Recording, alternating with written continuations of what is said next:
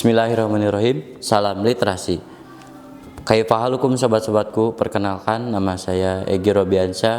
Hari ini saya akan melaksanakan tantangan literasi di bulan Februari 2026, yaitu cerita bergambar. Cergam atau cerita bergambar yang saya buat berjudul Jangan Membuang Sampah Sembarangan.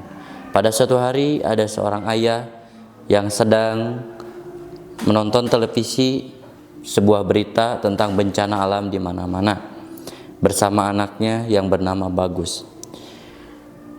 Tiba-tiba ayah tersebut menasehati anaknya, "Nak, kita sebagai manusia tidak boleh membuang sampah sembarangan karena akan mengakibatkan banjir seperti yang diberitakan di mana-mana."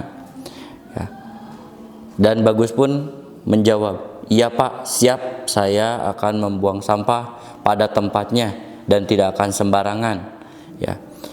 Ya udah Pak, aku mau main dulu di lapangan sama teman-teman, ucap Bagus. "Iya, hati-hati di jalannya ya," ucap ayahnya. Tatkala Bagus sedang menuju lapangan yang melewati sungai-sungai, tiba-tiba Bagus dikagetkan dengan teman-temannya. Bukan teman-teman, tapi temannya yang bernama Cahyo. Dia membuang sampah sembarangan ke sungai tersebut. Ya. Cahyo berkata, aku mau buang sampah di sini aja, biar dekat dari rumah dan tidak ada yang melihat siapapun." Ya. Bagus yang melihat dari kejauhan tiba-tiba berteriak, "Kak Cahyo, tidak boleh membuang sampah ke sungai." Cahyo pun menjawab lagi, "Emang kenapa? Biarin aja ke sungai kan, biar dekat dari rumah aku." Ya. Bagus pun menjelaskan, "Kak Cahyo, kalau kita membuang sampah ke sungai, ntar berakibatnya banjir, ya, banjir, dan seperti yang diberitakan di televisi, banyak di daerah banjir di mana-mana itu karena siapa? Karena ulah kita sendiri, dan itu akan mengakibatkan kecelakaan bagi kita semuanya." Itu Kak Cahyo. Ya, Kak Cahyo pun menjawab, "Oh iya, maafkan, aku tidak akan mengulanginya lagi membuang sampah sembarangan di sungai ini."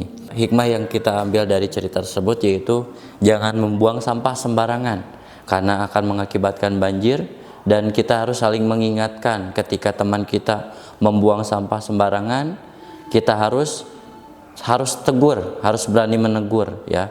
Jika misalkan berani, kayak tadi Bagus menegur temannya yaitu Cahyo yang membuang sampah bukan pada tempatnya, itu malah membuang sampah di sungai-sungai yang bisa menjadi akibat banjir atau sungai meluap.